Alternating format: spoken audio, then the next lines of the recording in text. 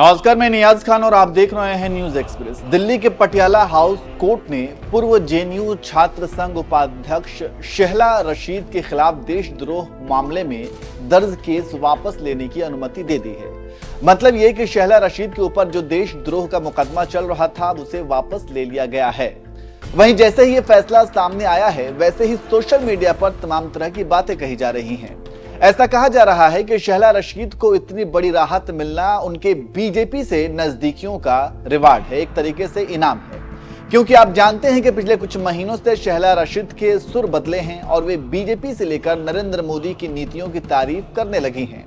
और अब उनके ऊपर से देशद्रोह मुकदमा भी हट गया है, इसलिए इस तरह की बातें कही जा रही हैं। सोशल मीडिया पर और क्या कुछ कहा जा रहा है वो हम आपको बताएंगे, लेकिन उससे पहले जैसा कि आप जानते हैं कि बीजेपी को लेकर कहा जाता है कि ये एक ऐसी वॉशिंग मशीन रूपी पार्टी है जो सभी के दाग को धो डालती है, चाहे वो कितना ही पुराना दाग क्यों ना हो। हिमंता बिस्वा शर्मा, अजीत पवार, शुभेंदु अधिकारी, जितेंद्र तिवारी, नारायण राणे, बीएस येदियुरप्पा, छगन भुजबल, ऐसे कई नाम गिनाए जा सकते हैं जिनके ऊपर भ्रष्टाचार के गंभीर आरोप लगे हुए हैं।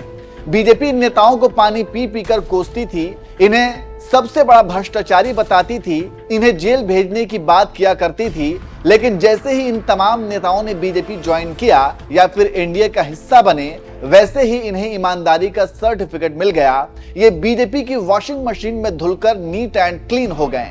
अब ना ही प्रधानमंत्री मोदी को इनमें कोई भ्रष्टाचारी दिखता है और ना ही गृह मंत्री अमित शाह को, इसलिए बीजेपी को उनके विरोधी वॉशिंग मशीन कहकर तंज कसते हैं। ऐसे कई उदाहरण हैं और अब शेहला रशीद को लेकर भी सोशल मीडिया पर ऐसी ही बातें कही जा रही हैं। अशरफ हुसैन नाम की यूजर ने लिखा, ये शेहला रशीद हैं, दिल्ली पुलिस ने इनके खिलाफ दर्ज देशद्रोह का मुकदमा वापस ले लिया है।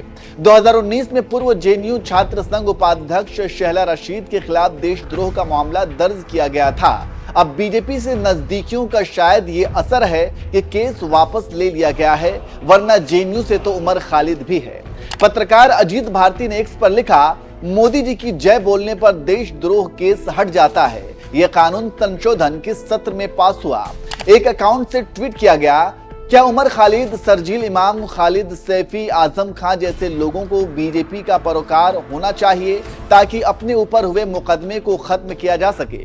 रिकी यादव नाम के एक यूजर ने ट्वीट किया, जो विद्रोह करता है समाज उसको किसी भी कीमत पर अपने पाले में करने को तैयार रहता है।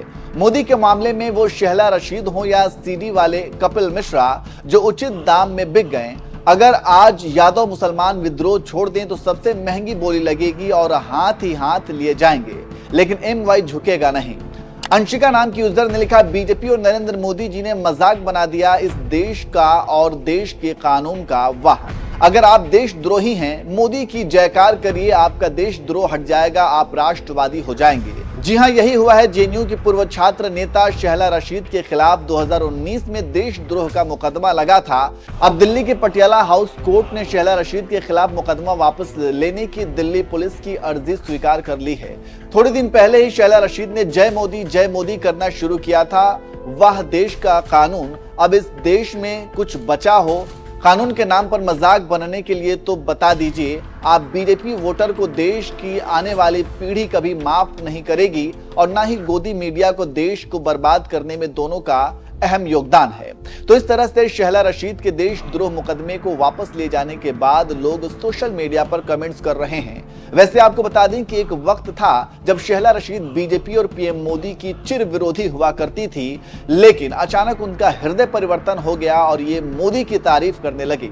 धारा 370 के हटाए जाने के बाद जम्मू कश्मीर में हुए विकास के कसीदे पढ़ने लगी और अब देशद्रोह का मुकदमा भी हट गया। तो ऐसे में लोग कई तरह की बातें कर रहे हैं। वैसे आप इस पूरे मामले को कैसे देखते हैं, कमेंट करके जरूर बताएं।